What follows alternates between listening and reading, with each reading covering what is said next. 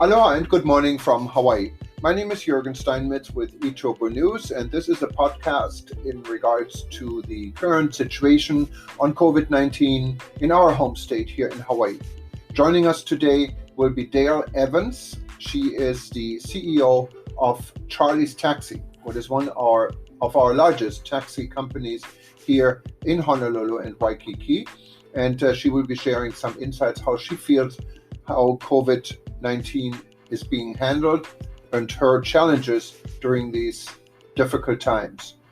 We're going to start this podcast with two recordings, what seems to be quite the norm these days when you try to reach out to elected officials, when you try to reach out to the Hawaii Tourism Authority, the Hawaii Visitors and Convention Bureau. You many times and most of the times get recordings that they're closed and they work remotely, they cannot answer phone calls, and then when you try to leave a voice message, the voicemail box is full. I always recommend that if I do get someone on the call, what doesn't happen very often, to do what we're doing. We're using a system called One Box where you can easily put everyone together, hundreds of people are working from home, and communicate quite efficiently. It appears the problem is here in Hawaii that people simply don't want to take the time and feel maybe communication isn't all that important, and they are dead wrong, and I mean dead wrong. Communication has never been so important in this crisis situation, and I hope we have some of our legislators and some of our people we're trying to reach, like the Hawaii Tourism Authority, like the Hawaii Visitors and Convention Bureau, to listen to this podcast and simply return a phone call and change their phone system. Listen to two of the examples we have, and then we get started with Dale Evans. Aloha. This is Ilihia from the office of Congresswoman Gabbard. If you need immediate assistance, please call our office at 808-541-1986. Otherwise, please leave a message. Aloha. The mailbox is full and cannot accept any messages at this time. Aloha. You have reached Kaulana Finn, Outreach Liaison for Congresswoman Tulsi Gabbard's office. Please let me know how I may best assist you by leaving your contact information after the tone. Have a wonderful day. The mailbox is full and cannot accept any messages at this time. Good morning and aloha from Hawaii. My name is Jürgen Steinmetz with Hawaii News Online and eTopo News. And today we're going to talk a little bit about the situation here in our home state. As you know, Hawaii is dependent on the travel and tourism industry in so many different ways. And we're currently suffering. Hawaii, from becoming one of the so-called safest states in the United States from COVID, we're now another hotspot. And there are many different explanations why this is. One way is Hawaii was pretty much shut down for tourism, but you find a lot of people coming in here. You're finding, I think, between 2,000 and 3,000, sometimes even more people are arriving. And for those that are not residents in Hawaii, many were with the military, and military was allowed to come in here without quarantine. Everyone else has to go through a 2-week quarantine. Military was exempt, and that didn't just include military, it also includes their relatives. I don't know about friends, but their relatives, daughters, parents, sisters, and so forth. Now this is all changed. We're now even more closed, but closed is great, but what does it do to our business? Our business is pretty much, we're running tourism and we're running our economy against the brick walls. And there is, of course, a fine line of wanted to survive this crisis in a safe and healthy way. But many say our state authorities have failed to do a lot what they should have done. And today I have a guest who could give us some insight, possibly. Dale Evans. Dale is the head of one of the largest taxi and transportation companies here on the island of Oahu. It's called Charley's Taxi. I have to say, Charley's always impressed me. We've done a few stories because they are so advanced to any taxi company I know, and I'm not an expert in taxi companies, but when you go with Charley's, you know you're in good hands. not only do all drivers have to be trained on a simulator. I've never seen other taxi company with a simulator, and there are so many safeguards in place to keep drivers and to keep passengers safe when you take a taxi from Charley. So always when I get to the airport, when we were still able to fly, I just called Charleys and waited for a Charley's taxi because I think I was in good hands. Plus, they had really good rates with flat rates getting you, so you don't get ripped off. And this is just a compliment. This is not an advertisement, but they're welcome. How are you today? Good morning. Thank you very much for the plug. Completely unexpected. But yes, I'm so glad that you read my email about how we went from being the safest to now the unsafest in the United States. And basically, they were sort of laying the guilt trip on the tourist industry, that the local residents would be exposed by the visitors. But in fact, the state health department and their management has been so poor that now we're having hundreds of new cases every day. And the thing is that the officials have lied to the public and have ruined the Hawaii brand, because the whole purpose of shutting down was so that we could have a good brand image. But now everybody's going to know that we're not safe. And it's not safe out of what reason? Hawaii, of course, has closed. We have closed our state to outside tourism. From what I know, there's still no flights going east to Asia. They're simply all cut off, maybe with some rare exceptions. And there are flights going to the West Coast and to the U.S. mainland. And there are passengers traveling. I was at the airport just about a week or so ago when they introduced a very expensive temperature-taking device. What I'm not convinced it will really keep us enormously safe, but the state is doing something. But what is the state doing wrong? Why does it tarnish our image? Well, the thing is, we're supposed to have about 140 contact tracers, but the thing is, we only have 15. And they lied because they said that, oh, well, we have over 140, and that even that was not enough. But they've been covering up the numbers, and also the thing is that they're saying now all of a sudden we're going to be overrun in the hospitals. But the thing is that we weren't told how many hospitals are how many hospital beds are still open. What is the number?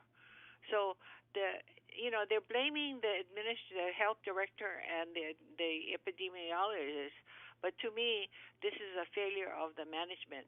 They maybe tell people what to do, but they don't check. So how can it be that they wouldn't know what the contact tracers were doing? All they needed to do was to get daily reports from each contact tracer and find out how many cases they have. So they would have known. It didn't have to take. This is now we're down to 3.5 months. And from what I remember, that this just came out on Friday, because there was a group of lawmakers that wanted to see how the contact tracing is working, and they literally find out by surprise that out of the 140 or 150 we were told are full-time tracers, there are only 15 in place. And I remember the press conferences, governor's press conferences, when we were told if we need, there are going to be 400 more, they're readily available. So that seems to be a blank lie, isn't it? I mean, it's outrageous in my opinion. Yes, but not only that, the 140 is not how many were actually qualified at the beginning. They said it was about 200. So they were about half of what is their CDC requirement. But the thing is that nobody checked. So the governor cannot say, oh, it's not my fault that I'm going to go make a correction. They should have done this earlier. In the meantime, a lot of companies have closed. A lot of people are out of job. I think it's about 250,000 people that are affected, So I don't know how they figure that they're going to recover. They shrunk the tax base. So the thing is that Hawaii's, if we ever come back, the point is how long will it be? You know, there were the UHERO, the University of Hawaii economists were projecting 5 years, but now that we're down so many months, now they're saying we're not going to open up until November. Well, November is when everybody stays home because of Thanksgiving and Christmas. So the rest of the year is totally shot. And November, don't forget, is the flu season. On top of everything else, because we don't want to add to the problem. We don't know where this country altogether will be in November. One of the other things, I don't know if you have any background on it, I found quite disturbing is that there was an article in one of our local news media that the state and the health authorities completely overlooked our Micronesian, Polynesian communities, and usually mainly because of cultural reason and also because of economic reasons. These communities live on very small rooms, sometimes with 3, 4, 5 or more people in one bedroom. And how could this have been overlooked? Because it looks like that 30% of our increase in COVID cases are now originating in these type of communities. That's correct. The thing is, just like New York, you know, when they did that to the senior citizens assisted living, the thing is that this is true. They haven't contacted, and the thing is that like in the United States, the president purposely targeted the Indians so that they would have good service. In here, they just completely ignored those indigent people who are most vulnerable. To me, this is nearly a crime what they did. Yes, and it goes on and on and on. This morning we have reports about inmates in our prison and jail system being attacked by this virus in big numbers. It's not only the prisoners; it's also the staff, and they go home and they have family, and then we have the bus drivers and so forth. How does it implement? I mean, to your business, the taxi business. If I wanted to go anywhere and I didn't have a car, I think I would feel safer in a taxi than I would be in a bus, right? Or how do you see this? I know your business must be down, specifically with hardly any tourists coming, but how do you stay afloat? Yeah, no, we're operating at a loss because we're essential service, which means that we're having dispatchers and accountants in the office in order to take care of the essential service. So after 10 o'clock at night, apparently we're the only company that's open. So the thing is that we can't shut down, but the thing is I'm taking a huge loss. And the thing is that the government assistance is very lacking because the EIDL from the SBA limited the amount that they are granting because they're short of money. So the thing is that it's very, very dire for small businesses like us. So from in your own business, did you have drivers that are no longer driving right now, or you keep the number of drivers and cars on the road, or where you're heading? No, about 180 drivers are staying home. We only have 40 drivers on the road. The thing is, it's very dire. Of course, some of the people are afraid that they are going to, the younger families, they don't want the husbands to go drive. But the thing is that there's not enough business. So, but the thing is, we're seeing that people need to go to the doctor, they need to go to the bank. And so there's a lot of those kind of things that we're doing. But my problem is that I have to open 24 hours. Other people might only be open for 12 hours, you know. So the burden on us is very huge. As far as our cars are concerned, as long as the customer will wear a mask and will allow us to have not run the air conditioning because we want full ventilation of the car, we're doing okay for the customers. And of course, they're very happy because we have such a strict protocol system for cleanliness. Every time the customer is in and out of the car is cleaned.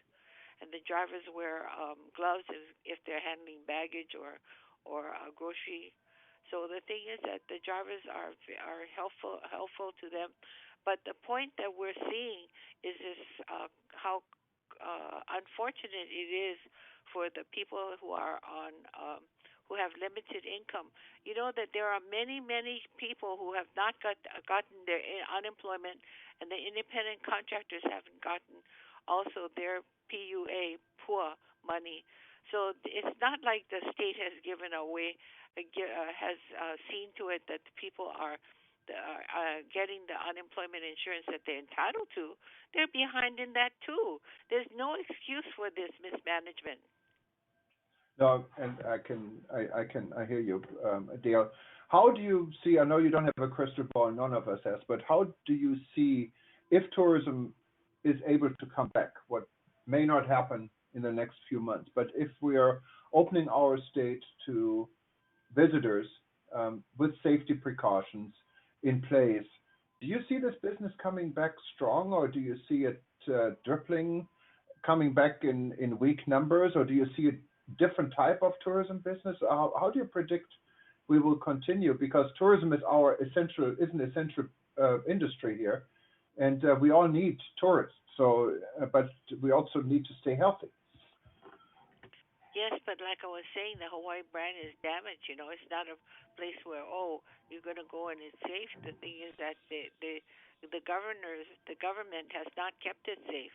So the panic, the people may come here.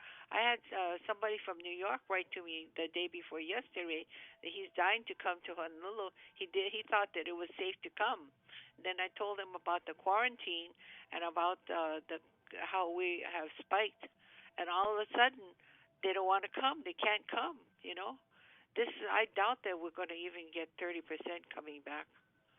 It's going to be years. How is you're a business what is also for a large percentage relying on the travel and tourism industry. How is your communication with our tourism leaders, like with the Hawaii Tourism Authority, with the Hawaii Visitors and Convention Bureau, the Hotel and Restaurant Association? Are you in constant communication with these guys? Well, not the HCA, the director quit. And so basically I'm getting correspondence from the hotel, the HVB, and I get some correspondence from the Hotel Association. But the thing is that there's nobody that's doing their work. You know what's really discouraging? They're talking about things in the future instead of getting the job done today. All the problems that we have, they're not paying attention to today. They're distracting all of the residents. Actually, they think that the public is stupid, that we have so many problems. With the shrinking tax base, that means that they're going to have to come after us with more tax increases. And in the meantime, they had $7.1 billion from the feds, and they put that into a rainy day fund, and the legislature approved a payroll tax increase for the public workers who have been getting paid all this time. It's really crazy. I can't believe what's happening here. No, and what I mean from our perspective, from a media perspective, we have tried to reach out ever since COVID started to the Hawaii Tourism Authority for updates, for information, for interviews, and also for help. You know, part of our company is Safer Tourism, run by Dr. Peter Tarlow, and this podcast will be also part of our Rebuilding.Travel initiative, what is now in 117 countries, where we actually get very good communication and exchange of ideas. But when we reach out to the Hawaii Tourism Authority, we only get a recording that the office is closed, and it has been closed since March. If you're lucky enough to leave a message, most of the time you get a recording that the message box is full. In some cases, I had some backup numbers. I did get recordings, and I left messages. Not once we received a return phone call.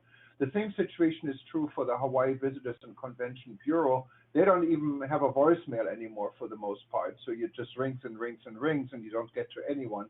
When you try to reach out to these guys on LinkedIn or through other channels, you get absolutely no response. When you try to get our Mufi Hanneman from the Hotel Association. They do answer the phone. One of the few organizations that are answering the phones, but that's about it. You talk to a secretary, you never get any further response. Do you have, I mean, you now as a business owner, as part of this business, that's your livelihood. Do you have better experiences in being part of a discussion, a meaningful, maybe, are there plans of a meaningful discussion? You said they don't really discuss what's going on now, or is this just an experience I have as a member of the media? No, I think that's typical of the public government system. They're not doing anything. Everybody's at home. And it means when you're at home, you cannot answer the phone. So maybe for those listening on to this podcast, and I know many of our elected officials actually are listening to us, and we thank you for this. And some people do care, and I have to say there are some of the politicians have been responding, but there's not much they can do. But everyone who's listening, we're using a system, it's called OneBox. You can find it on onebox.com. I pay for it, I'm a client, I don't advertise for them. But just look at the system. You can easily have a very sophisticated phone system and work from home and answer all your calls. In my opinion, I don't know if this is something you could agree with me on, Dale, now is the time to communicate. And ever since COVID broke out, people are desperate to communicate.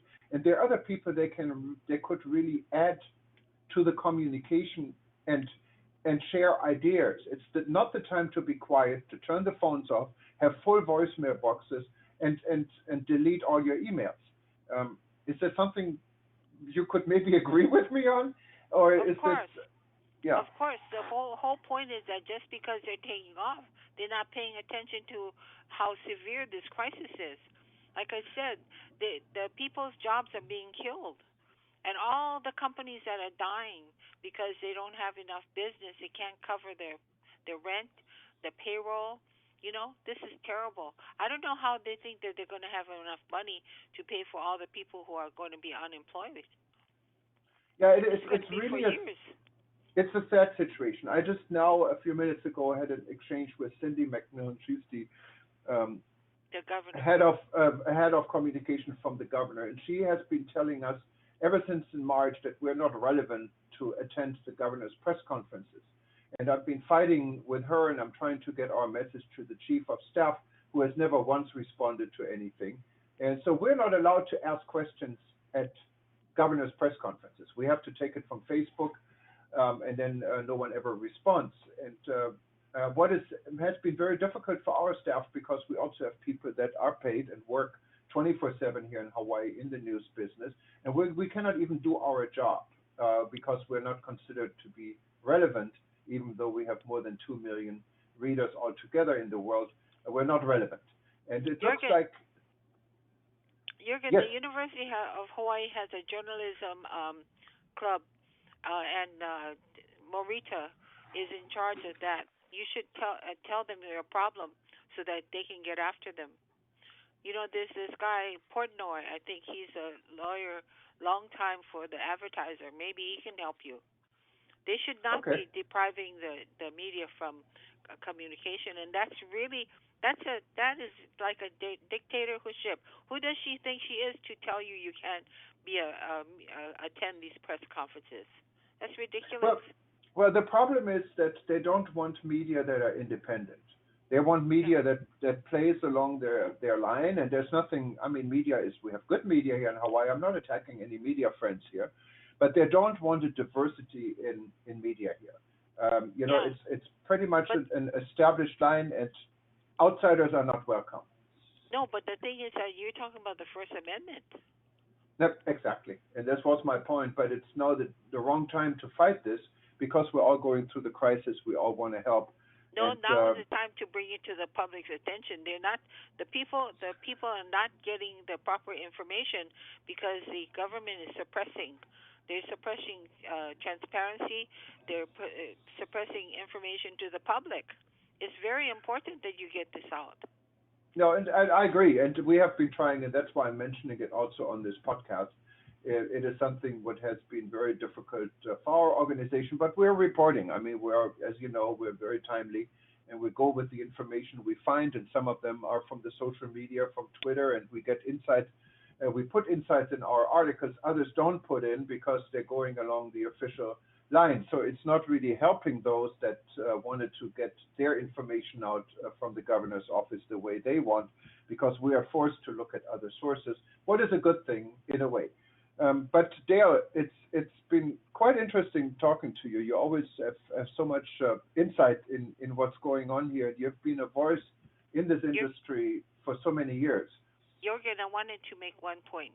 You know, when this thing came about who should be in charge of shutting down, do you know that the legislatures were talking about giving the health department the power unbridled power to shut down the economy? And this is what the health department did.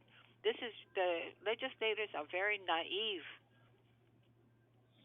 And it is, I don't think anyone was at any time prepared for such a situation and such a crisis. And it's kind of overrun us, and everyone is going a different direction. It's not only in the state of Hawaii, it's in the United States altogether. And that's why, unfortunately, we now have 1/4 of all the virus cases in the world. I could not imagine when I went to Germany back in March and came back here when we had like 19 or some cases when I left. No one really took it serious. Who could have ever thought, we're getting into such a kind of a predicament? And now it is something I don't know, and I guess you don't know, and no one knows how this will actually end. And no, but the thing is that we have a history. During the Revolutionary War, when George Washington, they lost 10 soldiers for every one lost to the war. 10 soldiers for the pandemic. They had a smallpox pandemic. And during World War II, they also had disease. So the thing is that the problem is that the health system is rigged. Because they're not paying attention, and they're just listening to guys like Fauci and Gates, and they're not doing anything. The people that are making money are the pharmacies, the pharmaceutical companies. But the thing is that the public doesn't pay attention to the health. The thing is that even in the food, when you go to a restaurant, do you know before this happened, a lot of places were not even wiping down the tables. If you go to Ala Moana Center, the food court, nobody was wiping down the tables. They were getting sloppy and careless about the cleanliness.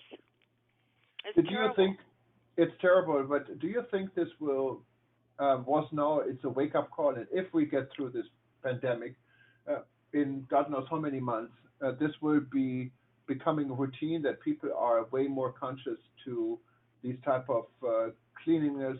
Do you think there's ever going to be a time where we don't have to wear masks anymore? How do you see this? Well, I think that was one of the good things to happen, is the lesson that we learned about how important is cleanliness. People washing their hands. I would go to the theater, and then after the theater, you go into the restroom, and hardly anybody is washing their hands. It's crazy. and it is there. It's really a pleasure talking to you.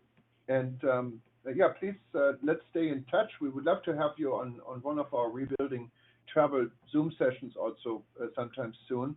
And if we can help in any way, shape, or form here for our local community, we're readily standing by for anyone who wants our help, wants our communication, wants to work with our safety and security arm. And we're doing this on a complimentary basis. This is our home.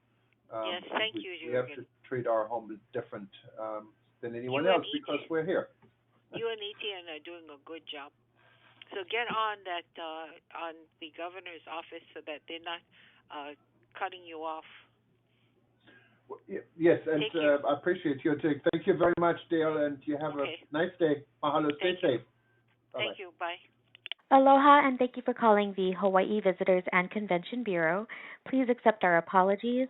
In compliance with the CDC's health guidelines related to COVID-19, we have closed our offices until further notice.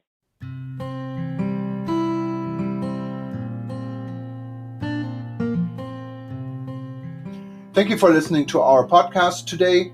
You can find this podcast archived at livestream.travel, where you can also find a lot of other recent reports we did, both as podcast and video. Keep on reading eTurbo News, and I hope you are joining us at rebuilding.travel. If you are a destination or a hotel and you're reopening, consider the resilience.travel seal of safer tourism. You find it at resilience.travel online. Otherwise, please stay healthy and join us again soon. Aloha.